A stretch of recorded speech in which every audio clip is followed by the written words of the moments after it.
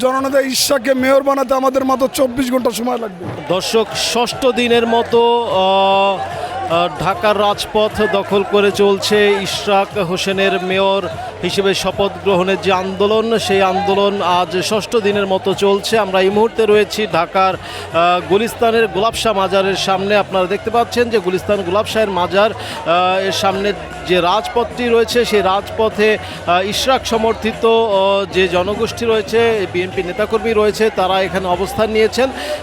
এই অবস্থান তাদের আজ 5-6 দিন যাবৎ চলছে। আমরা দেখেছি এই মেয়র ইশরাক হোসেন, হাইকোর্ট তাকে মেয়রের রায় দেওয়ার পর থেকেও তাকে যে শপথ বাক্য পাঠ করানো হচ্ছে না, তারই প্রতিবাদে আজ ষষ্ঠ দিনের মতো তারা আন্দোলন করে যাচ্ছেন।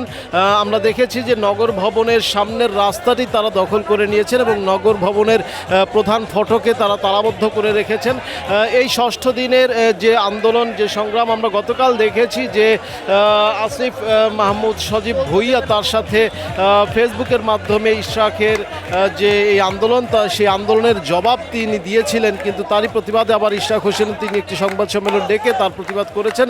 কিন্তু এই যে গুলিস্তানের মতো একটি ব্যস্ততম রাস্তা, ব্যস্ততম এলাকা, এভাবে আটকে দিয়ে তাদের এই আন্দোলন চলছে ষষ্ঠ দিনের মতো। আমরা দেখেছি সাধারণ জনগণ চাচ্ছে দ্রুততম সময়ের মধ্যে এর একটি উপযুক্ত সমাধান, এবং এই যে যারা রাজপথ আটকানোর কারণে যাদের দুর্ভোগ হচ্ছে, তারাও চাচ্ছেন যে দ্রুততম সময়ের মধ্যে সরকার যেন এর একটি উপযুক্ত সমাধান করে এবং এই দুর্ভোগ থেকে তাদেরকে, সাধারণ জনগণকে মুক্তি দেয়। আমরা দু একজনের সাথে কথা বলে আপনাদেরকে একটু জানানোর চেষ্টা করব যে এখানে কি হয়েছিল এবং কি নিয়ে তাদের মধ্যে এই তারা কেন এই রাজপথে আটকে রেখেছেন। আজকে 6 দিন চলতেছে, 6 দিন।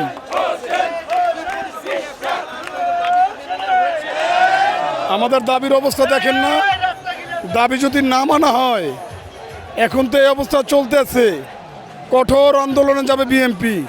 কঠোর আন্দোলনে যদি যাই আমরা, তাহলে আমাদের জননেতা ইশরাককে মেয়র বানাতে আমাদের মাত্র 24 ঘন্টা সময় লাগবে।